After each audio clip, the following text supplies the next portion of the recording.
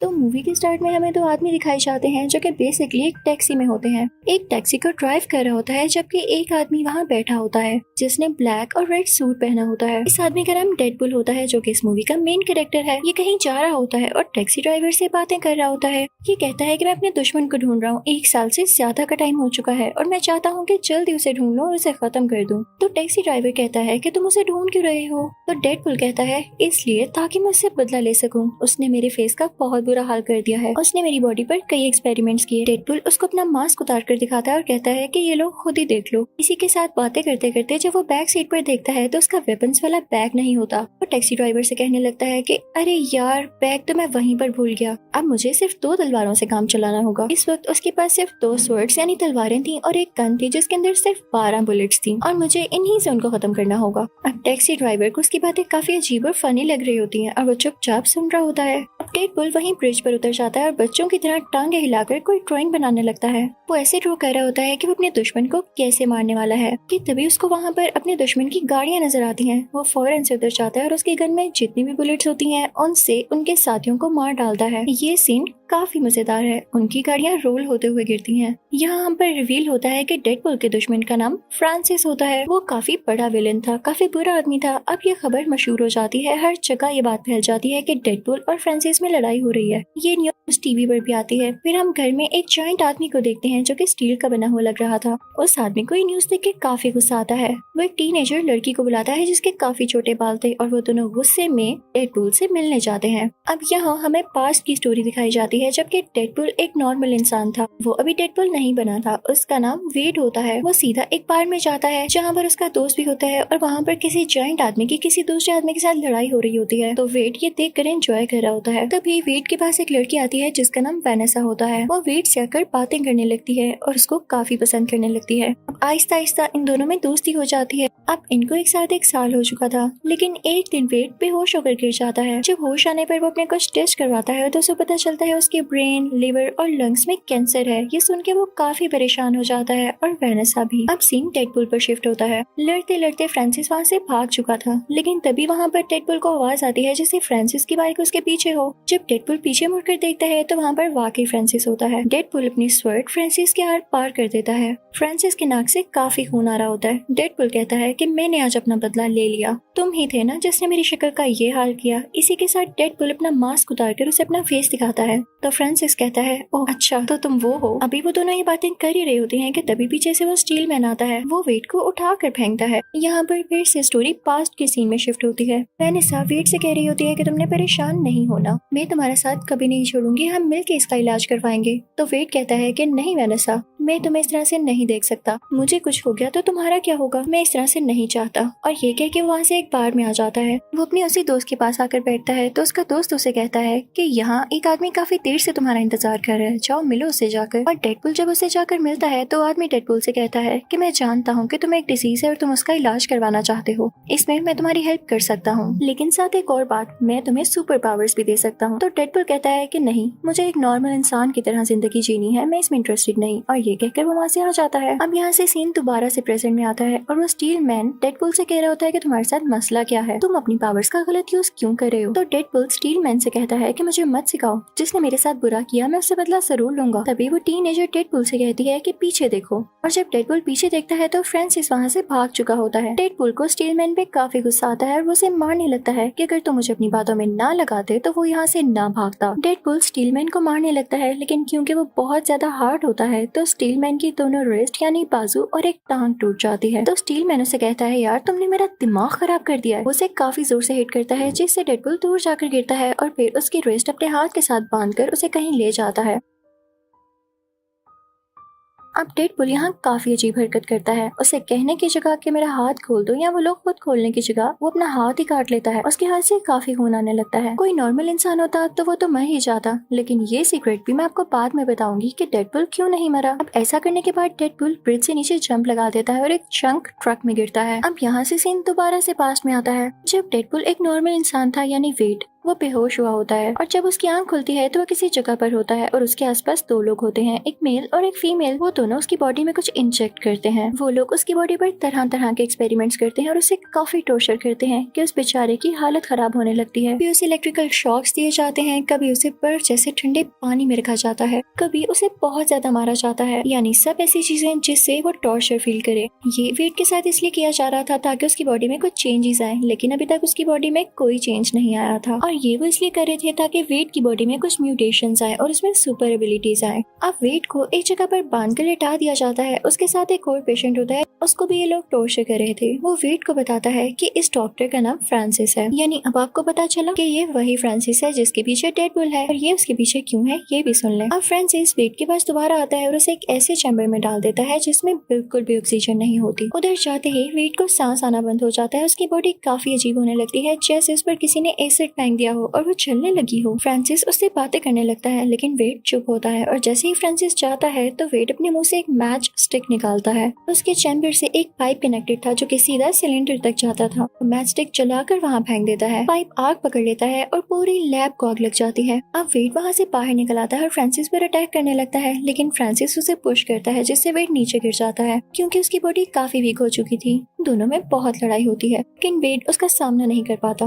Francis एक road उठाता है और वेट की आर पार कर देता है। दूसरी तरफ लैब जल रही होती है और उसके कुछ हिस्से जल कर नीचे गिर रहे होते हैं। फ्रांसिस तो वहाँ से भाग जाता है, लेकिन वेट अभी तक वहीं था। अब कई घंटे गुजर जाते हैं। आग तो थम चुकी थी, लेकिन पूरी बिल्डिंग राख में बदल चुकी थी। बेचारा वेट भी उसी राख के नीचे दबा हुआ था, और जब वो उस राख से बाहर आता है तो वो काफी हैरान होता है कि मैं अभी तक मरा क्यों नहीं। असल में बात ये थी कि उसकी बॉडी में म्यूटेशंस आ चुकी थी और उसमें अब काफी ज्यादा सुपर एबिलिटीज थी कि वो अपनी बॉडी का कोई भी पार्ट हील कर सकता था। वो इमॉर्टल हो चुका था, लेकिन इसका बुरा असर ये हुआ था कि उस बेचारे की सारी बॉडी जल चुकी थी, जैसे आपने पहले देखी। अब वेट को वेनेसा की फिक्र हो रही होती है कि वो बेचारी मुझे ढूंढ रही होगी, तो वो सीधा वहाँ से वेनेसा के पीछे जाता है। लेकिन रास्ते में सब लोग उसे काफी बुरी तरह से घूर रहे होते हैं, जैसे वो काफी अजीब दिख रहा हो, क्योंकि वेट को तो नहीं पता था कि अब उसकी शक्ल कैसी दिख रही है, क्योंकि वो वहाँ से डायरेक्ट यहाँ वेनेसा के पीछे आ चुका था। इतनी ही देर में वेनेसा बिल्डिंग के अंदर चली जाती है, और जब वेट बाहर शीशे में अपना फेस देखता है तो काफी दुखी हो जाता है। वो अपना फेस देख के कहता है कि वेनेसा मुझे कभी एक्सेप्ट नहीं करने वाली। वहाँ से वेट सीधा उस बार में जाता है जहाँ पर उसका दोस्त होता है। वो अपने दोस्त से कहता है कि देखो मेरी शक्ल का क्या हाल हुआ, अब वेनेसा मुझे कभी नहीं बुलाने वाली। तो उसका दोस्त कहता है कि वाकई अब इसका क्या हाल है। वेट कहता है कि बार में वो आदमी भी नहीं है जिसने मुझसे कहा था कि वो मेरा फेस ठीक कर सकता है। तो उसका फ्रेंड कहता है कि वो आदमी अगर नहीं है जो तुम्हारी डिजीज ठीक कर सकता है, तो वो आदमी तो है ना जो तुम्हारा फेस ठीक कर सकता है, क्योंकि उसी ने तुम्हारा फेस बिगाड़ा है। तुम उसे ढूंढो। वो तो यही समझ रहा है कि तुम मर चुकी हो और तुम्हें कोई सुपर पावर नहीं आई, तो इसीलिए वो तुम्हें वहाँ से छोड़कर चला गया। तो तुम मेरे भाई अपने लिए एक काम करो, अपने लिए एक मास्क और एक सूट तैयार करो जिससे उसे पता चल ही ना सके कि ये तुम हो और तुम जिंदा भी हो। फिर उसके बाद तुम उसको ढूंढना और उस पर अटैक कर देना। मैं तुम्हारा नाम डेडपुल रखता हूँ। और बस यहाँ से वेट का नाम डेडपुल पड़ जाता है। वो अपने घर जाता है और एक व्हाइट कपड़े से अपने लिए मास्क तैयार करता है। यहाँ से उसकी जर्नी स्टार्ट हो जाती है फ्रांसिस को ढूंढने की। अब उसे फ्रांसिस को ढूंढते ढूंढते 1 साल हो चुका था, और वो बीच में जब फ्रांसिस को ना ढूंढ पाता तो उसके साथियों को मार डालता। अब वो वक्त भी आता है जब वो अपने लिए एक बहुत अच्छा ब्लैक और रेड सूट तैयार करता है।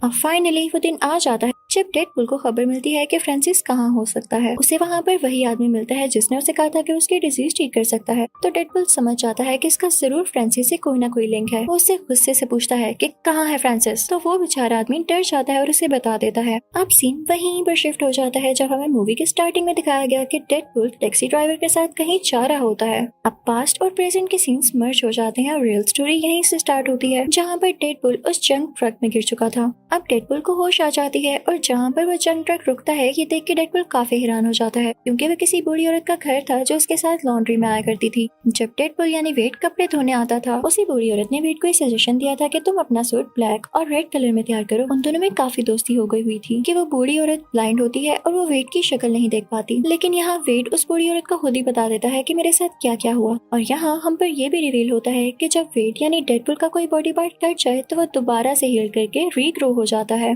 ये उसकी सुपर पावर्स होती हैं, सुपर एबिलिटीज होती हैं। तो वो बूढ़ी औरत से कहता है क्या मैं यहाँ तब तक रुक सकता हूँ जब तक कि मेरा हाथ वापस नहीं आ जाता, क्योंकि उसके बाद मुझे फ्रांसिस को ढूंढना है। अब हम फ्रांसिस को उसी फीमेल फ्रेंड के साथ देखते हैं जिसके साथ मिलकर उसने वेड में कुछ इंजेक्ट किया था। अब वो दोनों सीधा वेड के फ्रेंड की बार में जाते हैं। वो दोनों से पूछते हैं कि कहाँ है वेड, तो वो कहता है मैं नहीं जानता। फिर तभी वहाँ पे फ्रांसिस की दोस्त को वेड और वेनेसा की पिक्चर मिलती है। तो वो फ्रांसिस से कहती है कि फ्रांसिस मैं वेनेसा को जानती हूँ, अब वेड तक पहुँचना हमारे लिए आसान है। अब उन लोगों के चाहते ही वेड का फ्रेंड जो कि बाहर में होता है वेड को कॉल करके सब कुछ बताता है। तो वेड काफी परेशान हो जाता है और सीधा उस जगह जाता है जहाँ पर वेनेसा काम करती थी। वो एक बार थी। वहाँ पर जाकर वो सब लोगों से पूछने लगता है कि क्या आपने वेनेसा को देखा है, वो मेरी दोस्त है। लेकिन जब वेनेसा खुद उसे नजर आती है तो उसमें इतना करेज नहीं होता कि वो उससे बात कर सके, क्योंकि उसे ये लग रहा था कि वेनेसा उसका फेस देख के डर जाएगी। तो वहाँ से वो वॉशरूम में चला जाता है। उतनी ही देर में वेनेसा को कोई बताता है कि कोई आपको ढूंढ रहा है। वेनेसा समझती है कि वेड आया है। वो काफी एक्साइटेड होकर बाहर जाती है, लेकिन वहाँ वेड तो नहीं होता, लेकिन उसे फ्रांसिस और उसकी दोस्त किडनैप कर लेते हैं। जब डेडपूल डरता डरता वॉशरूम से बाहर आता है कि वेनेसा से बात कर सके, तो उसे वेनेसा कहीं नहीं दिखती। फिर उसे एक टेक्स्ट रिसीव होता है जो कि फ्रांसिस का था।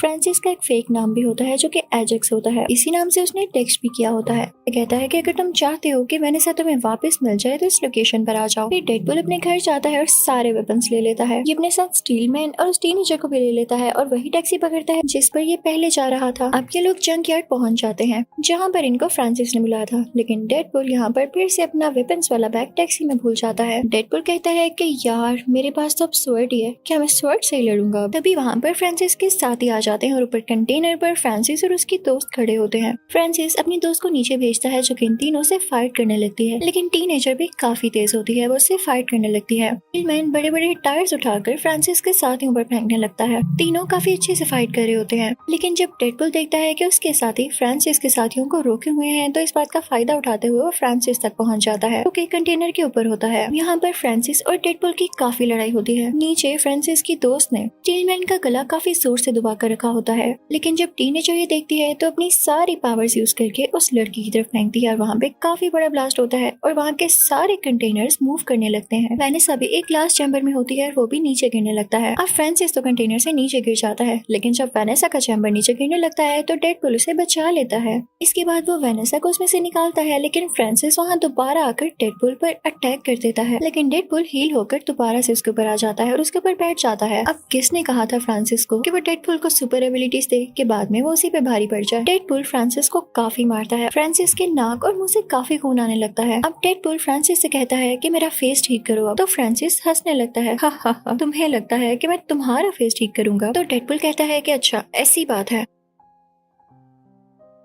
इसी के साथ वो अपनी एक छोटी सी गन निकालता है और उस पर शूट करने वाला होता है कि तभी पीछे से स्टीलमैन की आवाज आती है। वो उसे कहता है डेडपूल तुम अपनी पावर्स का गलत यूज करोगे, तुम एक हीरो हो, तुम ऐसा नहीं कर सकते। लेकिन डेडपूल उसकी बात नहीं सुनता, वो फ्रांसिस के फेस पर शूट कर देता है। स्टीलमैन बाहर से जितना ह्यूज और पावरफुल दिखता था, अंदर से वो बेचारा उतना ही डरपोक था। उसे ये सीन देख के वॉमिटिंग होने लगती है। अब इस सब के बाद वेनेसा डेडपूल के पास आती है और उसे पंचेस मारने लगती है। तो डेडपूल उसे कहता है कि ठीक है मार लो, मैं जानता हूँ तुम राइट पर हो और तुम्हारा मुझे पंचेस मारना बनता भी है, लेकिन मैं तुम्हें एक चीज दिखाऊंगा, उसके बाद तो मुझे एक्सेप्ट ही नहीं करोगी। तो वेनेसा कहती है कि ऐसी भी क्या बात है। डेडपूल उसे कहता है कि मेरा फेस मास्क उतार के देखो, तुम्हें खुद ही पता चल जाएगा। तो वेनेसा उसका मास्क उतारती है, उसके नीचे एक और प्रिंट होता है। जब वेनेसा उसे हटाती है तो वहाँ पर डेडपूल का रियल फेस होता है जो कि काफी जला हुआ था। वेनेसा उसका फेस देख के कहती है कि क्या बुरा है इसमें, तुम्हारी आंखें, नाक, मुंह सब कुछ तो ठीक है, स्किन का इशू है तो वो सबको होता है, हर किसी की स्किन वैसे भी फ्लॉलेस नहीं होती, मुझे जल्द ही इसकी आदत हो जाएगी, लेकिन मैं तुम्हें छोड़कर नहीं जाने वाली। दोनों बहुत खुश होते हैं,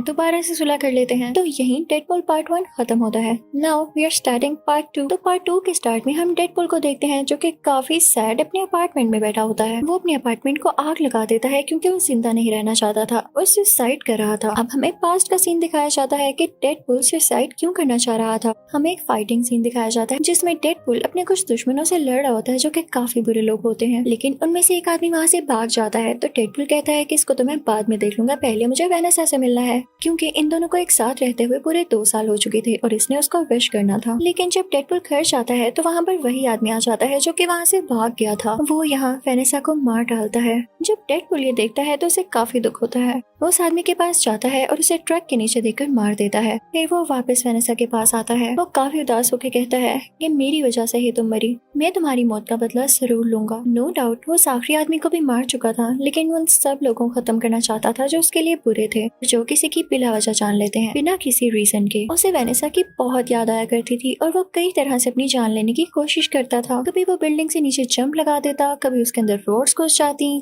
कभी वो खुद को आग लगा देता, लेकिन उसे कुछ न होता क्योंकि वो इमॉर्टल था और इस चीज से वो खुद भी तंग आ चुका था। अब हम प्रेजेंट में आते हैं जब वो अपने अपार्टमेंट को आग लगा के दोबारा से सुसाइड करने की कोशिश करता है। यहाँ पूरे अपार्टमेंट में आग लग जाने की वजह से बहुत बड़ा एक्सप्लोजन होता है और उसे वेनेसा का विजन आता है कि ये तुम गलत कर रहे हो, तुम्हारा काम ये नहीं है। लेकिन इसी के साथ ही डेडपूल की बॉडी के टुकड़े हो जाते हैं। तभी कुछ टाइम बाद वहाँ पर स्टील मैन आता है और उसके बॉडी पार्ट्स देख के उसे एक सैक में डालकर अपने साथ ले जाता है और फिर उसे जोड़ देता है। जब डेडपूल की बॉडी हील हो जाती है तो वो बिल्कुल ठीक हो जाता है और अब वो उदास एक काउच पर लेटा होता है कि तभी उसके पास स्टील मैन आता है और कहता है कि तुम क्या कर रहे हो, तुम तो इतने पावरफुल हो और बनो भी। आज के बाद यही तुम्हारी फैमिली है और तुम हमारे साथ यहीं पर रहोगे। उस घर में 2 लड़कियां और होती हैं, एक वही टीनेजर जिसके छोटे बाल थे और एक पिंक बालों वाली लड़की। अब सीन यहाँ से दूसरी तरफ शिफ्ट होता है जहाँ पर हम एक ह्यूज आदमी को देखते हैं जिसकी एक आंख में लेजर जैसा कुछ था और उसके हाथ में घड़ी थी। जब वो उस घड़ी को मूव करता है तो वो कहीं जगह पर आ जाता है। वहाँ खड़े वो 2 आदमियों से पूछता है कि ये कौन सा साल है, मैं किस ईयर में हूँ। लेकिन इससे पहले कि वो आदमी कोई जवाब देते वो उनको मार कर उनकी गाड़ी लेकर वहाँ से चला जाता है। अब सीन दोबारा से वहाँ शिफ्ट होता है जहाँ पर वो चारों रह रहे थे, यानी डेडपूल, स्टील मैन, पिंक बालों वाली लड़की और वो टीनेजर। ये सब अपनी टीम को एक्स मैन की टीम कह रहे होते हैं। अब टीनेजर स्टील मैन से कह रही होती है कि आपको बहुत ट्रस्ट है ना डेडपूल पर, मुझे तो डेडपूल बिल्कुल भी कंसिस्टेंट नहीं लगता है, ये कुछ भी ठीक से डिसाइड नहीं कर पाता, कभी सुसाइड करने की ट्राई करता है और कभी कुछ ज्यादा इमोशनल हो जाता है। तो डेडपूल फौरन से बोल पड़ता है कि तुम लोग परेशान नहीं हो, मैं खुद को ठीक करूंगा, मैं जितने दिन इस घर में रहा मैंने बहुत कुछ सीखा और हम बहुत अच्छी एक्समैन टीम बनेंगे। ये बात सुनकर सारे काफी खुश हो जाते हैं। स्टील मैन उसे अप्रिशिएट करता है और कहता है मुझे खुशी है मैं तुम्हें यहाँ लेकर आया। अब सीन चेंज होता है एक म्यूटेंट स्कूल की तरफ। वहाँ पर कुछ ऐसे बच्चे थे जिनमें कुछ ज्यादा एबिलिटीज थी जो कि इंसानों में नहीं होती, वो बच्चे म्यूटेंट्स थे। अब उस स्कूल का प्रिंसिपल जो कि ग्लासेस वाला आदमी होता है उन सब बच्चों से कह रहा होता है कि ठीक है मैं जानता हूँ तुम लोगों में एबिलिटीज है, लेकिन तुम लोगों ने इसको दुनिया के सामने शो नहीं करना और इन पर कंट्रोल रखना है। अब प्रिंसिपल उनमें से एक हेल्दी बच्चे को सामने स्टेज पर लाता है और सब बच्चों के सामने उसे टॉर्चर करने लगता है।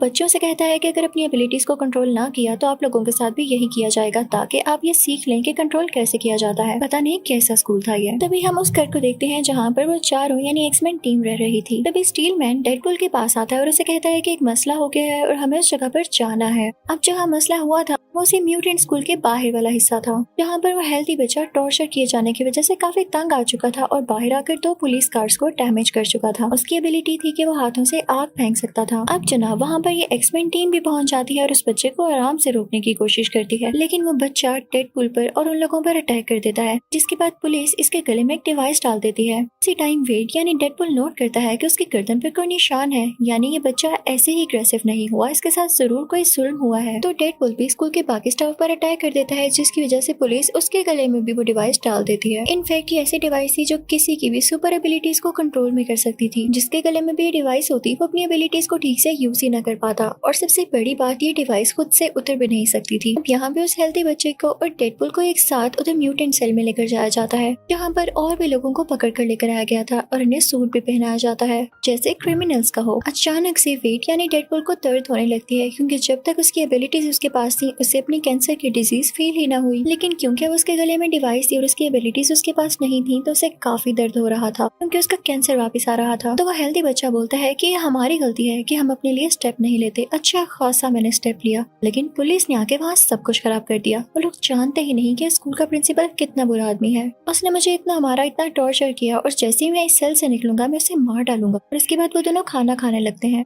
तभी वहाँ पर वो अजीब आदमी आ जाता है जो कि लोगों से ईयर का पूछ रहा था और उसकी आंख में कुछ चमक रहा था। वो उस हेल्दी बच्चे की तरफ पॉइंट आउट करता है कि मुझे ये बच्चा चाहिए। वेट यानी डेडपूल कहता है कि मैं तुम्हें इस बच्चे को हाथ भी नहीं लगाने दूंगा और इसी के साथ उन दोनों में लड़ाई शुरू हो जाती है। लड़ते लड़ते डेडपूल ग्रिल से नीचे गिर जाता है और शुक्र है कि उसके गले से वो डिवाइस हट जाती है और उसमें उसकी एबिलिटीज दोबारा आने लगती है। उन दोनों में दोबारा से फाइट होने लगती है। वेड उस आदमी से पूछता है कि तुम्हें मसला क्या है, तुम्हें वो बच्चा क्यों चाहिए। तो वो आदमी अपना नाम केबल बताता है और कहता है कि पहले तुम बताओ, तुम उस बच्चे को जानते भी नहीं और फिर भी उसे बचा रहे हो। तो वेड कहता है क्योंकि उस बच्चे को ये लगता है कि मैं उसे बचाऊंगा और मुझे उसकी होप नहीं तोड़नी। तभी वेड को दिखता है कि केबल की पॉकेट में एक बॉम्ब है, तो वो उस बॉम्ब को उस बिल्डिंग में एक्सप्लोड कर देता है और वेड और केबल दोनों ही बाहर आकर गिरते हैं। वेड बाहर बेहोश हो चुका था। तभी उसे ख्वाब में वेनेसा आती है जो उसे करेज देती है और कहती है कि यही चीजें तुम्हें पावरफुल बनाती हैं। और तब वेड को होश आ जाता है। वहाँ से वेड सीधा उसी बार में जाता है और अपने दोस्त से कहता है कि मैं एक बच्चे को बचाना चाहता हूँ। तो उसका बार वाला दोस्त कहता है कि ठीक है, हम एक टीम बनाकर उसको बचा सकते हैं। वहाँ पर वही टैक्सी ड्राइवर भी होता है। अब हम दोबारा से उसी हेल्दी बच्चे को देखते हैं जो कि अभी तक म्यूटेंट सेल में ही होता है और वहाँ पर उसकी दोस्ती एक काफी खतरनाक और काफी बड़े म्यूटेंट से हो जाती है। दूसरी तरफ वेड उस बच्चे को बचाने के लिए 6 लोगों की टीम बनाता है जिसमें 5 लड़की और एक लड़की होती है। उन सबकी अलग अलग एबिलिटीज होती हैं। लड़की की ये होती है कि वो किसी को भी अपनी बातों में फंसा सकती थी। एक आदमी ऐसा था जो कि इलेक्ट्रिसिटी को कंट्रोल कर सकता था। एक आदमी ऐसा था जिसके मुंह से एसिड निकलता था। एक ऐसा था जो कि गायब हो जाता था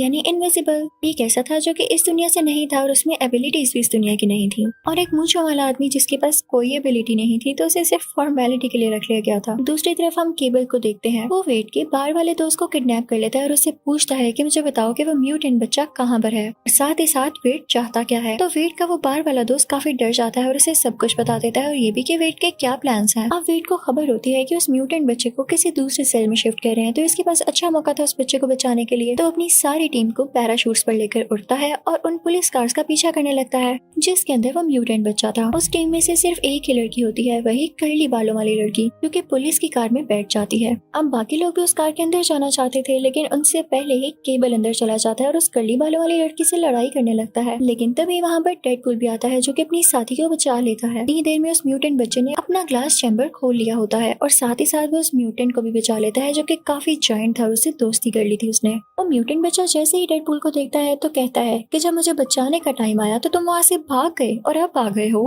अब ये मेरा अच्छा दोस्त बन चुका है। उस जायंट म्यूटेंट की तरफ इशारा करता है और इसके बाद वो जायंट म्यूटेंट डेडपूल की बॉडी के 2 हिस्से कर देता है और फिर वो बच्चा उस जायंट म्यूटेंट को अपने साथ लेके चला जाता है। उसके बाद कर्ली बालों वाली लड़की आती है और वेड यानी डेडपूल के दोनों हिस्सों को अपने साथ लेकर चली जाती है। अब वेड को घर ले जाया जाता है।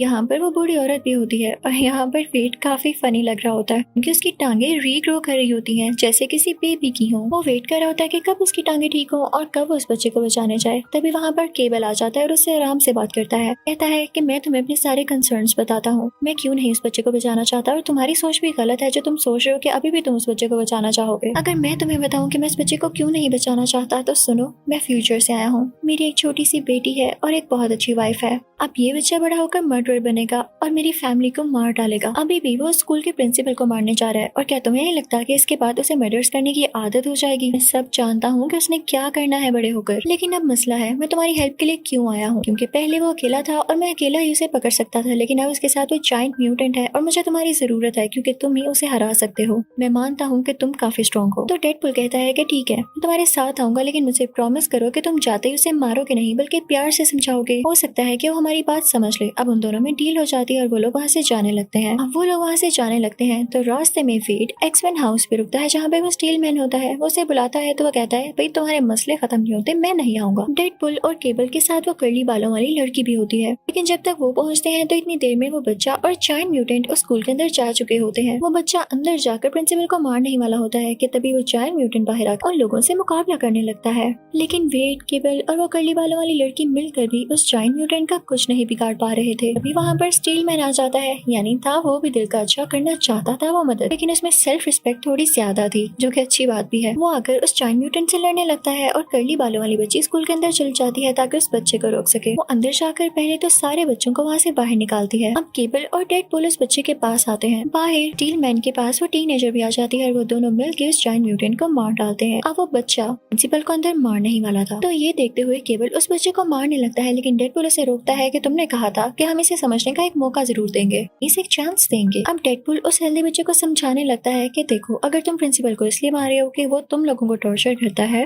तो तुम भी उसे मारने के बाद एक मर्डरर बन जाओगे और कोई तुम्हें अच्छा नहीं समझेगा, तो उसमें और तुम में फर्क क्या रह जाएगा। इसी के साथ वो उस बच्चे की तरफ बढ़ता है और उसे कहता है कि मैं तुम्हें हमेशा से बचाना चाहता था, इसीलिए तो यहाँ पर आया हूँ। लेकिन उस बच्चे को डेडपूल की बातों पर यकीन नहीं आता। अपने हाथों से आग निकालता है और उसे जोर से पुश करता है जिससे वो दूर जाकर गिरता है। अब डेडपूल जब गिरता है तो उसे काफी दुख होता है। वो अपने गले में वही डिवाइस पहन लेता है। हेल्दी बच्चे से कहता है कि ठीक है, अगर तुम्हें शक है कि मैं तुम्हें कोई नुकसान पहुंचाऊंगा तो ठीक है, मैंने डिवाइस पहन ली, मेरी सारी एबिलिटीज खत्म हो गई, अब मैं मर सकता हूँ तो तुम मुझे मार लो। लेकिन केबल इसी के साथ ही उस बच्चे को शूट करने लगता है और वो गोली चला देता है, लेकिन तभी बीच में डेडपूल आ जाता है, गोली उसको लग जाती है। यहाँ पर हेल्दी बच्चा फौरन से वेट के पास भाग कर आता है और उसे सॉरी करता है, लेकिन अब काफी देर हो चुकी थी। अब क्योंकि वेट यानी डेडपूल के गले में डिवाइस थी तो उसके बॉडी पार्ट हील नहीं हो सकते थे और इसी के साथ वो मर जाता है। मरने से पहले वो सबसे कहता है कि अगर मुझसे कोई गलती हो गई हो तो माफ कर देना, मेरा तुम लोगों के साथ अच्छा टाइम गुजरा। मरने के बाद वो वेनेसा के पास पहुंच जाता है तो वेनेसा उसे गले से लगाकर कहती है कि तुम इतनी जल्दी आ गए, अभी तो दुनिया को तुम्हारी जरूरत थी, तुम वापस एक्समैन टीम में जाओ।